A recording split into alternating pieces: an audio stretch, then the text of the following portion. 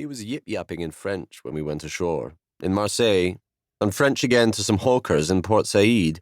Bloody frog, Edith, the man said, lifting his drink and sipping, then lapping droplets from his moustache.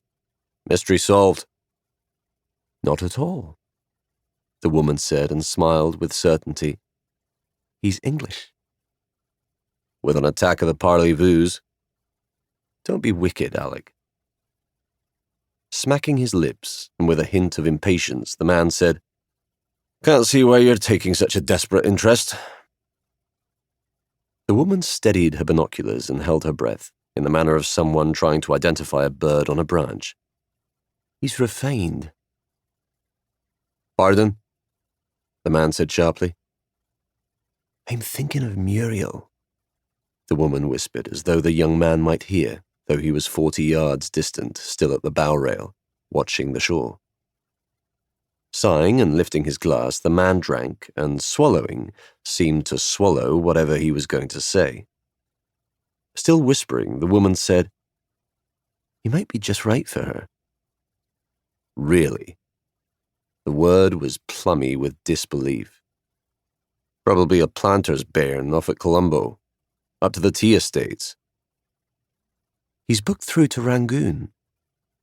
You talked to the chap? I talked to the purser, the woman said, setting the binoculars onto her lap and staring at the man with a smile of defiance. Half the ship is going to Rangoon. He's in first class. Along with masses of others. He's single. I should jolly well hope so. He's hardly 22. 19, the woman said. Unsuitable. But his tie, the woman said and handed him the binoculars. Have a deco. The man muttered, Deco, in a tone of annoyance. He hummed as he looked through the binoculars, then said, Blue stripes? Eton, the woman said, clamping her teeth on the word. Now the man jammed the binoculars against his eyes and looked closely at the tie flung over the young man's shoulder, where it still flapped. He returned the binoculars to the woman who had just lit a cigarette. Making a fish mouth in triumph, she blew a plume of smoke at the man. Waving the smoke aside, the man said, I'll arrange to have the captain invite him to dinner. The tall young man, Eric Blair, had been waiting for this moment. The ship released by the local pilot who'd guided the Herefordshire through the canal, and who'd just reboarded the escort boat that had drawn alongside. The Herefordshire's captain grasped the handles of the ship's wheel, easily seen through the slanted windows of the bridge, and the engines began grinding and groaning, louder as the speed increased, and also thumping under Blair's plimsolls. The smudge of a small coastal town slipped below the horizon.